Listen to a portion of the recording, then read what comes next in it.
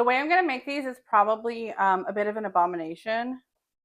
And as long as I can remember, I have been known in my family and friend groups for being able to take what looks like nothing in the fridge and pantry and turn it into something.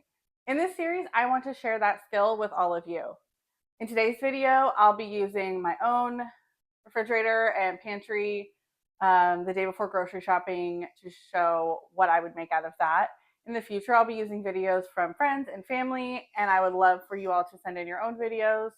I want to share the thought process so that when you are looking at your own fridge, you have an idea of where to get started. And I love to cook, but not everybody does. And I'm well aware that there are so many people out there who are not looking to make cooking a hobby, that still need to feed themselves and their families day after day after day.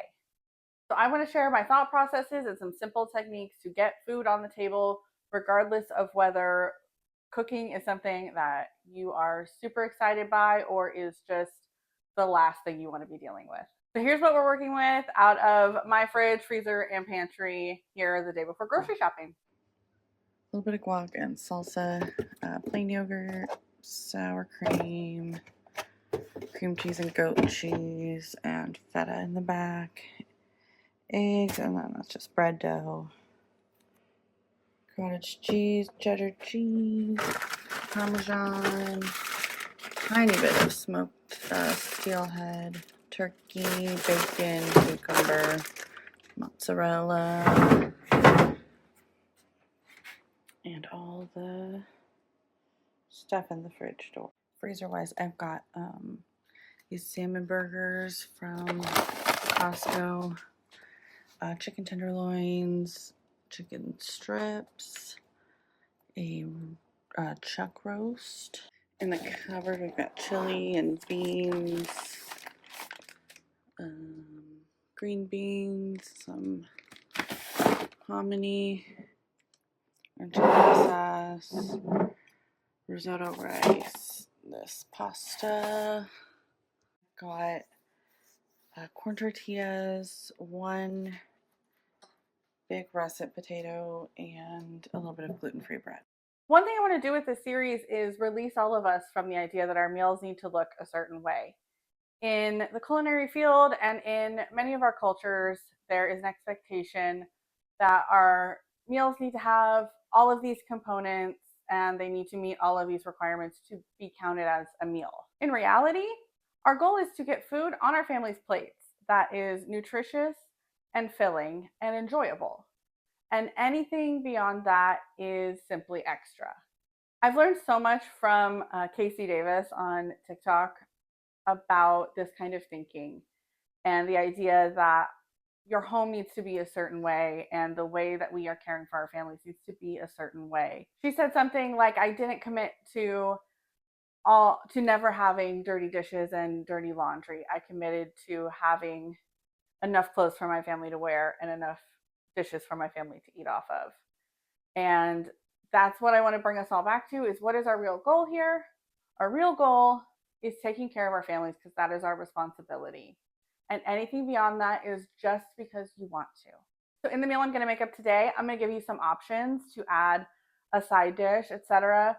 But if you don't want a side dish and you just want that main dish that has every macronutrient that your family needs, that's totally fine. The meal I'm going to put together is probably going to take about 20 minutes of cooking, but I also wanted to give a super bare bones option right off the bat that is going to take 5 minutes and no real cooking. This is in no way a new idea or invention, but it is the thing I would go to if I was sick or having a really hard day and just needed to get food put on the table. I have this giant russet potato that's going to easily feed at least 2 of us, and I always keep some kind of chili on hand. And whatever you call it, baked potato, jacket potato, it's a classic for a reason. My favorite way to prepare it is to cover your potato with a little bit of high temp oil and salt all over it and bake it for 40 to 45 minutes at 400 degrees. But that does take a good amount of time. Another option is to take this potato and just stab it with a fork 5 to 6 times, pop it in the microwave for about 5 minutes, and then at that point, I like to throw it in the oven or the toaster oven just for a couple minutes to get a little bit more crisp on the skin while I microwave my chili. A jacket potato with chili is not exciting, it's not aesthetically pleasing, but it is dinner. And if that is what you have capacity for and resources for, that is more than enough. I also had, sour cream and cheese and butter and guacamole and things that I could throw on top of this to even jazz it up a little bit more. But if what you have is potato and chili, that is more than enough. That being said, we don't want something so simple all the time. And it's nice to be able to have something a little bit more constructed and use up a little bit more of what we have on hand to avoid waste. So I'm gonna walk you through putting together some really basic enchiladas. It's going to be very much white people taco night, using what we have on hand with no goal of making the most authentic or the best version of enchiladas. Our goal here is to use what we have. So I'm going to be using the rest of these tortillas I had, a can of refried beans, this green enchilada sauce I had, and some mozzarella cheese, and we'll see what else I decide to grab out throughout the process. The first thing I do when I'm looking at a refrigerator full of ingredients and trying to decide what meal I'm going to make out of that is trying to categorize everything in my mind and see if everything is kind of weighted in one direction or another. In this case, I noticed that a lot of what I have is like weighted in the Mexican direction. And so I'm just gonna lean with it. I'm not gonna waste my energy overthinking this. If the ingredients are kind of rolling this way, I'm just gonna roll on with it, because in a professional kitchen, we would really prioritize what they call mise en place, which is getting all your ingredients chopped and everything ready before you start cooking. In this case, that's gonna mean a lot of opening of cans and jars. Filling wise, I'm not gonna do a lot. That was disgusting. Filling wise, I'm not going to do a lot to these beans. Not a sponsor, but I think that the Rosarita canned beans honestly aren't missing a whole lot. But I'm going to add just a little bit of seasoning because it makes me feel nice and fun and like I added something to the process. If you don't want to do that, the beans are really just fine on their own. So I'm adding just a little bit of garlic powder, and some smoked paprika, and then a little bit of chili powder.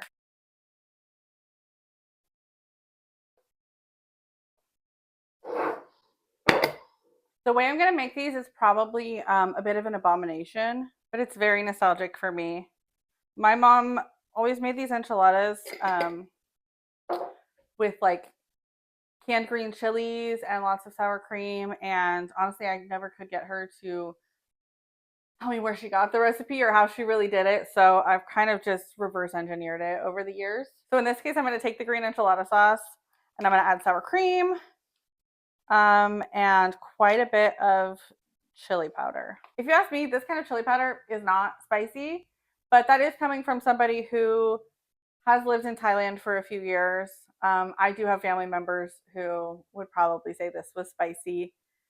If you don't want very much chili powder, if you're worried about the spice in that way, paprika would be a good way to go. And maybe do 50-50, so you're still getting some of the like deeper flavor of the chili powder. So I don't know, I added probably a tablespoon of that, and I'm also going to add, I have some chipotle chili powder. Chipotles are basically smoked jalapenos, so it's just going to add a little bit of a like smokier flavor. So green enchilada sauce, sour cream, and chili powder. And I'm just going to whisk it up till it's smooth. When I talk about a meal having everything that it needs and that being enough, I am looking for all of the macronutrients. So I want to make sure I have a balance of carbs and protein and fat and some kind of vegetable. In this case, our protein is going to be vegetarian ish. My beans are actually not vegetarian. I think they're made with lard, but they're, it's vegetarian adjacent. So I've got my filling mixed up, my sauce mixed up. I've got my burner on a low heat with just a little bit of oil. This is canola oil. If you're anti-seed oil, that's really lovely that you have the time, energy, and resources to be concerned about something that there's really no evidence for. And that's so great for you. It doesn't have anything to do with me. So canola oil in the pan. The way I would do this is to sort of soften our tortillas in the oil, just a couple seconds on each side. Like I said, just to get them soft and flexible so they're not cracking when you roll them. You could also theoretically wrap them in a damp paper towel and microwave them for, 30 seconds. But I think it's short lived. They're going to, once they cool down a little bit, they're going to go back to being crumbly. So you really have to be staying ahead of that. This is a more traditional way, and I think it's worth turning the pan on.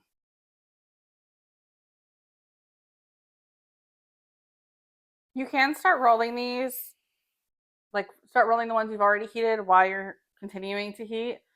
I have been me for long enough that I know I can't be trusted to try to focus on both of those things. Even just trying to talk while I'm doing this, I'm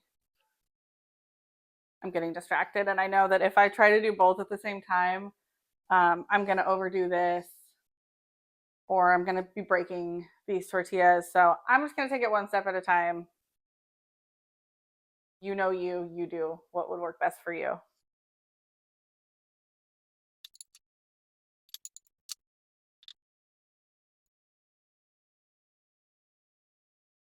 As I was warming up the tortillas, I realized there were actually several more than I originally thought. So I swapped out that smaller casserole dish for my bigger one,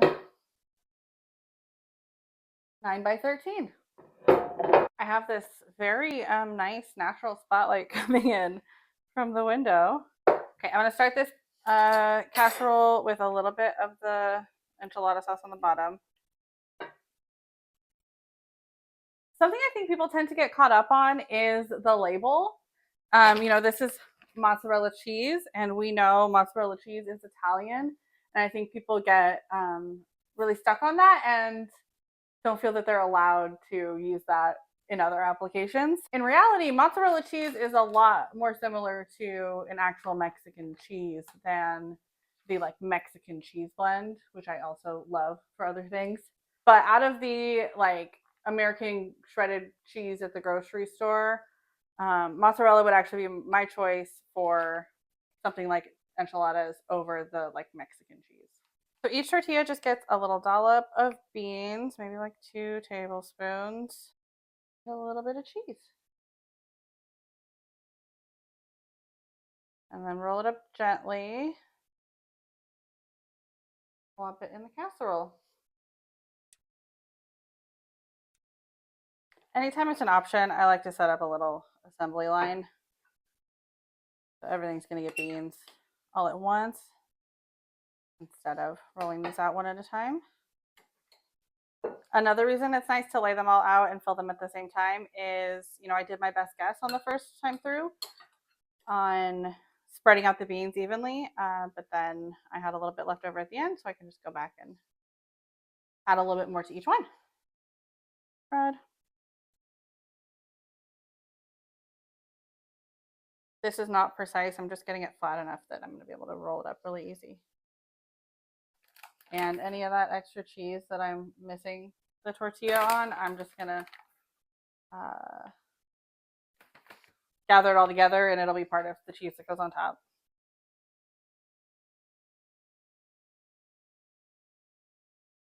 Cheese pile over there. And then the rest of that sauce I mixed up, I'm just going to pour evenly over the top. Spread it around. And then, like I said, we're going to throw a little bit of cheese on top. The amount of cheese is entirely up to you. All of this is entirely up to you. What I have done here is wrap a tortilla around some filling and put some sauce on it. If any of those components you would change the way they are or the amount that there is, that is entirely up to you. Well, I initially planned to bake those off in my toaster oven. That was before I decided to switch to the larger casserole dish. So now I'm preheating my regular oven to throw those in at 400 degrees. And I'm going to do that just till they're warmed through and the cheese is melted. In the meantime, that's going to give me a little bit of time to show you what I would make for a side dish if I wanted a side dish with this. If you want to serve the enchiladas all by themselves, that is wonderful. You can serve them with toppings, with tortilla chips, with a little salad on the side. All of those are really great options if you have those things on hand. I've got that potato, and so I'm just going to show you what I would do to dress that up as a side. Okay, I scrubbed this potato, and now I'm just going to pop it with a fork 6 times. And then I'm gonna stick this in the microwave for 5 minutes. Okay, so my oven preheated. I stuck that casserole with the enchiladas into the oven. I've got like a 15-minute timer on it to check on those. And my potato is out of the microwave. It's steaming hot, obviously. That is like probably 80% of the way cooked. If I wanted to all the way cooked, I would just take it to another like 6 minutes total or 7 minutes total. But I want to cube this up and crisp it up in the pan. So I left it just shy of cooked through. The thing about chopping is there are like correct ways to do these things, and those things are very fancy, and we're very happy for the people that like to do those things. That's not your job in your home. So if you're cutting something down like this, we're just looking to make it smaller in a little bit organized of a way. So I cut it in half, and then I cut that half in some kind of strips, and then I cut those strips into some kind of cube. If you want smaller, more strips, more cubes. If you get to this point and you're like, that's too big, you can cut that. Many of the rules that my fellow chefs would say simply must be followed are really just optional. So I cubed up that potato. I'm going to throw it in this bowl. It's hot. So I threw the potatoes in this bowl. I'm going to add a little bit of oil and seasoning to the potatoes. So just like maybe a tablespoon of canola oil, garlic powder. If you're not used to cooking, I would challenge you, add a little bit more of each seasoning than you think you want to. I'm doing garlic powder and paprika here, and I'll do about a teaspoon of each. I'm going to do some black pepper and a little bit of salt. I mixed this up with my like flipper spatula because that's what I'm going to use when I'm cooking these potatoes in the pan, and I don't want to dirty more dishes than I absolutely need to.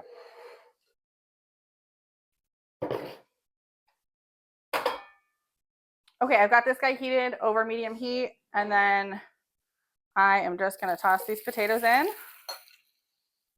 I want to get some crispiness on them, so if my pan was smaller, I might do this in 2 batches because I don't want anything stacked on top of each other. If it's piled up on top of each other, then it's going to be steaming and getting a little bit more like mushy. And what I really want to do is like get some crispiness. So my pan's big enough. This fits just fine. If my pan was smaller or I had more potato, I would maybe do this in 2 rounds. I'm using a good amount of oil to crisp up these potatoes. If you're uncomfortable for whatever reason using that much oil, that's totally fine. These are going to taste good, but you're not going to get the like crispiness we're talking about unless you're using oil. Okay, I'm starting to see some crispiness, so I'm just going to like toss these around. In a perfect world, I would maybe like flip each potato so the crispy side is up. I don't know about you, I just don't have that kind of time in my life. So I'm just going to kind of like stir them around and make sure I'm like mostly seeing that they've been flipped. Like I said, in a perfect world, every side of my potatoes would be getting crisped up because I would flip each one to the next side. But that's not the life I'm living. If you have the time and inclination for that, like more power to you. Your potatoes are going to be better than my potatoes. When it seems like that second side is getting crispy, I'm going to give it another toss. Again, not perfect. When those are looking generally crispy all over, I'm just going to transfer them. I've got a plate with a paper towel laid over it. That'll just soak up some extra grease.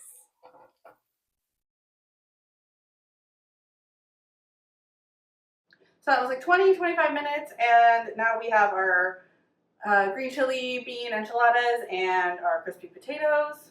I'm blinding myself with that. And we have our handful of ingredients that we've been able to use up and avoid some spoilage.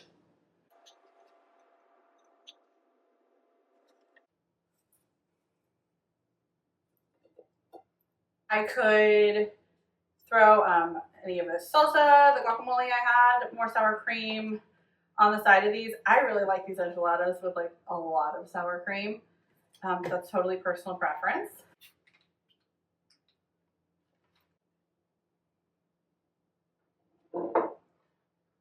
It's still super hot. It's really good.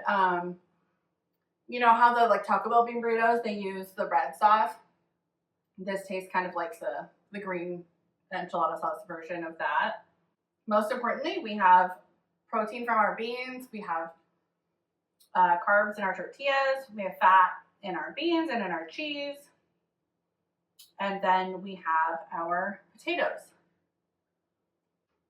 For whatever reason, people have really lobbied against potatoes, and we've come to view potatoes as like not a vegetable and not a healthy food. The truth is that potatoes have a lot of vitamins and do really function well as the vegetable component to your meal. So send me your videos, let me know what's in your fridge, and we will see what we can whip up with what you have on hand. Also, get in the comments and let me know what would you have made with what you saw in my fridge. What would you do differently with the dish that I did make, or what other dish would you make instead? Thank you guys so much for watching, and I will see you next time.